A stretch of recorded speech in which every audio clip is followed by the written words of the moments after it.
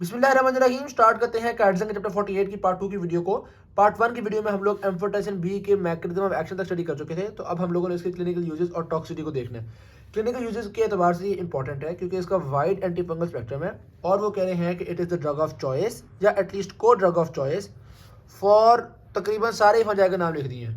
ठीक है, तो आप देखो जी, वो बता रहे हैं कि severe systemic infections caused by aspergillus, blastomycosis, Candida, Cryptococcus, histoplasma, mucormycosis, तकरीबन सारे लिख दिए हैं।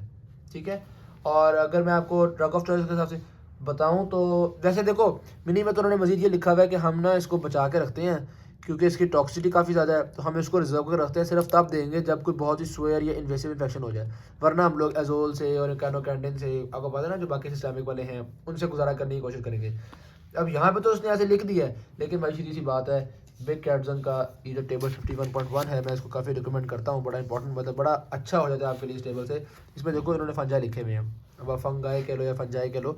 और अब ये देखो ऊपर लिखा हुआ है ड्रग ऑफ फर्स्ट चॉइस और ये अल्टरनेटिव ड्रग्स। तो ड्रग ऑफ फर्स्ट चॉइस में ज़्यादातर फंगल इन्फेक्शन में ड्रग ऑफ फर्स्ट चॉइस में एम्फोटेरिसिन बी ही आ रहा है, ये देख रहे हो। सिर्फ उसने यहाँ पे एस्परजिलस में वोरिकोनाजोल दिया हुआ है जो कि एक एजोल है। इंशाल्लाह नेक्स्ट पार्ट की वीडियो में हम स्टडी करेंगे इसको भी। उसके भी सेकंड ड्रग में अल्टरनेटिव में एम्फोटेरिसिन बी है। अब बाकी सब में तकरीबन चॉइस क्या है, एम्फोटेरिसिन बी। ठीक है, हाँ किसी में एम्फोटेरिसिन बी के अलावा कैनोकैंडिन भी है, किसी में एम्फोटेरिसिन बी का कॉम्बिनेशन में फ्लूसाइटोसिन भी है, लेकिन एम्फोटेरिसिन बी भाईजान हम लोग देते हैं। तो ये इस हिसाब से काफ़ी एक इंपॉर्टेंट ड्रग है। अक्सर एमसीक्यूज में आपको आंसर में ही एम्फोटेरिसिन बी ही लग रहा होगा, वेयर एज क्लिनिकली शायद उतना ज़्यादा हम इसको यूज़ नहीं करते अब आजकल। एक और इम्पॉर्टेंट बात यह है कि फंगल मेनिंजाइटिस में इंट्राथीकली इसको दिया जाता है। यार ये बड़ी ही इंपॉर्टेंट बात है। अगर कोई कहना एंटी फंगल है जो कि इंट्राथीकली दे रहे हैं, तो यही से आपको ज़हन में आ जाना चाहिए कि इसका मतलब है एम्फोटेरिसिन बी की बात हो रही है। और अगर कोई आपसे ये कहेगा फंगल मेनिंजाइटिस में सबसे अप्रोप्रिएट कौन सा ड्रग होगा, तो भी आपको एम्फोटेरिसिन बी ज़हन में आ जाना चाहिए। ठीक, अच्छा अब आप देखते हैं एक्सरसाइज का एक एमसीक्यू है जिसमें वो कहते हैं कि बंदे को जी इन्फेक्शन है, ये बताया वैसा ही बस फ्लूइड के अंदर क्रिप्टोकोकल एंटीजन है। तो क्रिप्टोकोकल अगर आ गया सीएसएफ के अंदर, इसका मतलब है फंजाई है मेनिंजाइटिस के अंदर, मतलब मेनिंजिस में तो फंगल मेनिंजाइटिस हो गया। अब वो कह रहे हैं कि कौन सा ड्रग सबसे ज़्यादा अप्रोप्रिएट होगा, नॉट इंट्राथीकली, यानी इंट्राथीकली वाले के अलावा बताओ।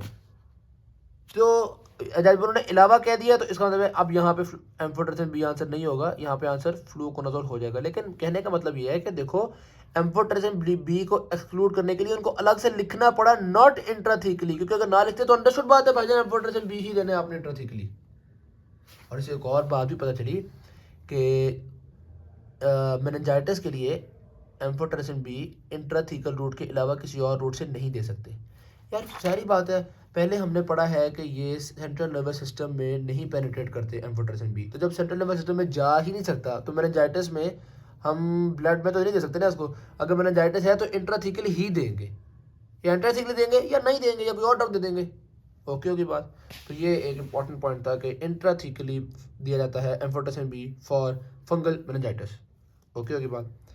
मजीद वो ये कह रहे हैं कि भाईजान लोकल एडमिनिस्ट्रेशन और ड्रग भी की जाती है, उसकी बड़ी कम टॉक्सिसिटी होती है अगर हम लोग कॉर्नियल अल्सर्स करटाइटिस वगैरह में देते हैं, इतनी कोई इंपॉर्टेंट बात नहीं है। अब आते हैं टॉक्सिसिटी की तरफ। तब से ढिंडोरा पीट रहे हैं कि भाई इसकी टॉक्सिसिटी बहुत है, टॉक्सिसिटी बहुत है, इसलिए इसको स्वेयर इन्फेक्शन में रख रहे हैं। और भाई क्या है इसकी टॉक्सिसिटी, तो अगर दो अल्फाज आया, सवाल आ गया और आपके पास आखिरी 30 सेकंड रह गए हैं ना, तो आप एक लिखोगे इन्फ्यूजन रिलेटेड टॉक्सिसिटी। ठीक है, एक ये लफ्ज़ लिख देना और दूसरा लिख देना डोज लिमिटिंग नेफ्रोटॉक्सिसिटी। बस जी, ये बातें, दो बातें जो है ना, ये आपको नेफ्रोटॉक्सिसिटी और इन्फ्यूजन रिलेटेड टॉक्सिसिटी, यानी कि NI या इन कह लो, इन्फ्यूजन रिलेटेड टॉक्सिसिटी और नेफ्रोटॉक्सिसिटी। यार ये बात याद हो जानी चाहिए आपको एम्फोटेरिसिन बी के बारे में कम अज़ कम। सही हो गया। मैं समझ नहीं रही कैसे एम्फसाइज करूँ कि यार बस ये दो बातें किसी तरह दिमाग में बिठा लो, बाकी भूल भी गई। ये दो भी आते हुए ना तो चलो कुछ ना कुछ गुजारा आपका हो जाएगा। ऑल राइट, अब इन्फ्यूजन रिलेटेड की मजीद डिटेल देखी जाए तो जाहिर सी बात है, देखो ये बात हम बता चुके हैं, ओरल नहीं देना क्योंकि इसने GIT से अब्जॉर्ब होना नहीं है। तो जब आप इंट्रावेनसली दोगे तो इन्फ्यूजन रिलेटेड मसले भी आ सकते हैं, वहाँ पे मसल स्पैज़ हो सकता है, फीवर हो सकते हैं, चिल्स हो सकते हैं, और ब्लड प्रेशर बहुत ड्रास्टिकली गिरता है, तो वो उसको लिखा उन्होंने shock like fall in blood pressure, vomiting हो सकती है। अच्छा, अब सवाल ये पूछा जाएगा इन्फ्यूजन रिलेटेड टॉक्सिसिटी को अवॉइड कैसे कर सकते हो। पहला तो काम ये है, स्लो इन्फ्यूजन करो, आहिस्ता आहिस्ता इन्फ्यूजन करो, एकदम ना करो ताकि मसले ना आए। और दूसरा ये है कि अगर आपको पता है इसको बुखार होना है तो पहले पैरानोल की गोली दे दो, ये इस तरह के काम कर लो। तो एंटी हिस्टामिन, एंटीपायरेटिक्स, मीपेरिडीन, ग्लूकोकॉर्टिकॉइड्स जो कि एंटी इन्फ्लेमेटरी आपको पता है, ये सारी चीज़ें हम लोग पहले ही दे के रखते हैं। तो इससे एक और बात भी पता चलती है, देखो ये जो मिनी गाइड है ना, इसमें अपने बातों को डीकोड करना होता है। अब अगर उसने कहा ना एंटी हिस्टामिन, तो आपको इसका मतलब पता होना चाहिए है कि infusion related effects of amphotericin B are histamine mediated, histamine cause कर रहे थे, इसलिए तो एंटी हिस्टामिन से मामला ठीक होगा। ठीक है, तो ये आपको थोड़ा बहुत आइडिया होना चाहिए इन चीज़ों का। ये तो हमने इन्फ्यूजन रिलेटेड इफेक्ट्स की डिटेल को देख लिया। अब देखते हैं नेफ्रोटॉक्सिसिटी की डिटेल को। भाईजान सीधी सी बात है, आपका जो नेफ्रॉन होता है उसके अंदर जो ग्लोमेरुलर फिल्ट्रेशन रेट होता है, यानी कि आपको पता है जो ब्लड में से फ्लूइड निकल के नेफ्रॉन के अंदर जा रहा होता है, ग्लोमेरुलर फिल्ट्रेशन रेट को ये कम कर देता है। आपको पता है जब GFR कम होता है तो वो सोडियम आपकी ट्यूब्यूल में कम पहुंचता है, जिसकी वजह से वो रेनिन, एंजियोटेंसिन, एल्डोस्टेरोन सिस्टम भी एक्टिवेट हो जाता है। पता है इन बातों का? सही बात है, GFR कम हुआ है, एल्डोस्टेरोन रिलीज होगा। एल्डोस्टेरोन रिलीज तो क्या होगा, वो सोडियम की अब्जॉर्प्शन को बढ़ा देगा, पोटेशियम की एक्सक्रीशन को बढ़ा देगा, ऐसे ही है ना। और अगर यूरिन कम बन रहा है तो किडनी सोचती है कि यार पोटेशियम को एक्सक्रीट करो, साथ बाइकार्बोनेट भी एक्सक्रीट करो, और ये जो है मैग्नीशियम भी एक्सक्रीट करो, ताकि कुछ ना कुछ तो यूरिन फॉर्म हो ना। तो जब आप बाइकार्बोनेट एक्सक्रीट ज़्यादा करोगे, और मज़ीद ये होता है कि हाइड्रोजन की रीअब्जॉर्प्शन बढ़ जाती है, तो यहाँ पे हो जाता है रीनल ट्यूबुलर एसिडोसिस, या ऐसे करो बाइकार्बोनेट की वेस्टिंग की वजह से हो गया रीनल ट्यूबुलर एसिडोसिस। उसके अलावा पोटेशियम निकल गया, मैग्नीशियम निकल गया, तो पोटेशियम के निकलने की वजह से हाइपोकलीमिया भी हो गया आपके पास। ठीक है, तो यहाँ पे वो कह रहे हैं रीनल ट्यूबुलर एसिडोसिस हो गया, पोटेशियम और मैग्नीशियम की वेस्टिंग हो गई, तो यहाँ पे आपको हाइपोकलीमिया भी आप याद रखते। पहले हमने ट्राइमेथोप्रियम स्टडी किया था, उसमें हमने कहा था कि ट्राइमेथोप्रियम में क्या चीज़ हो रही थी, हाइपरकलीमिया। यहाँ पे याद है ट्राइमेथोप्रियम हाइपरकलीमिया कर रहा था। अब हमने देखा एक ड्रग ऐसा भी है जो कि हाइपोकलीमिया करता है, उसका नाम है एम्फोटेरेसिन बी। हाइपोकलीमिया की वजह से एरिथमियाज वगैरह भी हो सकती हैं। थोड़ी सी बातों को रिलेट किया करो कि अगर क्वेश्चन में एरिथमिया है तो वो भी आपको पता चले किस तरह से हो रहा है। सही है। उसके अलावा अगर किडनी को डैमेज किया है तो किडनी आपको पता है RBCs को बनाने के लिए इरिथ्रोपोइटिन भी रिलीज करती थी। अब अगर इरिथ्रोपोइटिन कम बनेगा तो नेचुरली बंदे को एनीमिया भी हो जाएगा। ओके की बात। अच्छा, अब इन सारी बातों को अवॉइड करने के लिए कि यार इतना रेनिन एंजियोटेंसिन ना रिलीज हो, सोडियम की एब्जॉर्प्शन वाला, पोटेशियम को निकालने वाला, इन चीज़ों को अवॉइड करने के लिए हम लोग अगर सलाइन इन्फ्यूजन के साथ साथ एम्फोटेरेसिन भी दें तो बाज़ रीनल डैमेज थोड़ा कम भी हो जाता है, और डोज रिडक्शन से काम। हाँ, लाइपोसोमल फॉर्मुलेशन, ये आपको पहले बताया था कि अगर हम लाइपोसोमल फॉर्मुलेशन दें तो वो ड्रग को मजीद स्पेसिफिक कर देती हैं कि ह्यूमन सेल्स पे वो कम अटैच होता है, और इस तरीके से एम्फोटेरेसिन बी की टॉक्सिसिटी जो है वो कम हो जाती है। पूरा मैंने बिग कैट्स का पेज दिखाया था आपको लाइपोसोमल फॉर्मुलेशन के नाम पे। सही होगी बात। तो ये हमें, अच्छा एक और बात भी है, ये दो बातें तो याद हो गई ना आपको, इन्फ्यूजन रिलेटेड टॉक्सिसिटी और डोज लिमिटिंग नेफ्रोटॉक्सिसिटी, ये तो सबसे इंपॉर्टेंट बात थी।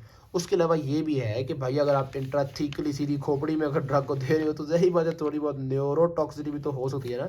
तो अगर आप खोपड़ी में दो यानी कि इंट्राथीकली दो तो उससे न्यूरोटॉक्सिसिटी हो जाती है, यानी कि सीजर्स, न्यूरोलॉजिक डैमेज और डेवलपमेंट ऑफ एरेक्नोडाइटिस, यानी जो एरेक्नोइड मैटर है उसकी इन्फ्लेमेशन वगैरह भी हो सकती है। एरेक्नोइड मैटर आपको ये मेनिंजेस में से होता है ना, पिया matter, arachnoid matter, dura mater, याद है ना वो बातें, तो बस उसी में से एरेक्नोइड मैटर की इन्फ्लेमेशन हो गई।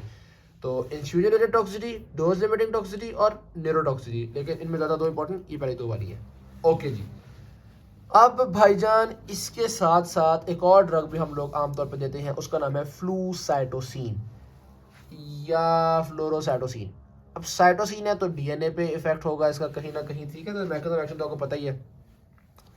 अच्छा, वो कह रहे हैं जो एंटी कैंसर ड्रग है ना 5-फ्लोरोयूरेसिल, उससे काफ़ी तक सिमिलर है।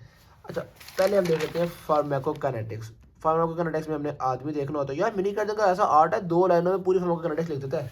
अब देखो एब्जॉर्प्शन उसने कहा है ऑलरेडी देते हैं, डिस्ट्रीब्यूशन मोस्ट बड़े टिश्यू में जाएगा इवन इंक्लूडिंग CNS, और मेटाबॉलिज्म वो कह रहे हैं नहीं होता, इसलिए वो इंटैक्ट फॉर्म में रहता है, और एलिमिनेशन उसकी यूरिन के थ्रू होती है।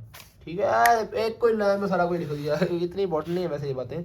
मैकेनिज्म ऑफ एक्शन देखो जी, जब आपके पास ये फ्लूसाइटोसिन आया तो पहले तो इसको सेल में दाखिल होने के लिए परमिएज की ज़रूरत है। तो फंजाई के अंदर या फंगल सेल्स के अंदर ये परमिएज होता है जो इसको दाखिल कर लेता है फंजाई के अंदर, और फंजाई के अंदर ये काफ़ी सारा जमा हो गया। जमा होने के बाद डी अमाइनेज होता है जो इसको 5-फ्लोरोयूरेसिल में कन्वर्ट करता है। ठीक है, तो परमिएज ने दाखिल किया, डी अमाइनेज ने इस ड्रग को 5-फ्लोरोयूरेसिल में कन्वर्ट किया, और ये 5-फ्लोरोयूरेसिल थायमिडाइलेट सिंथेज को इनहिबिट कर देता है।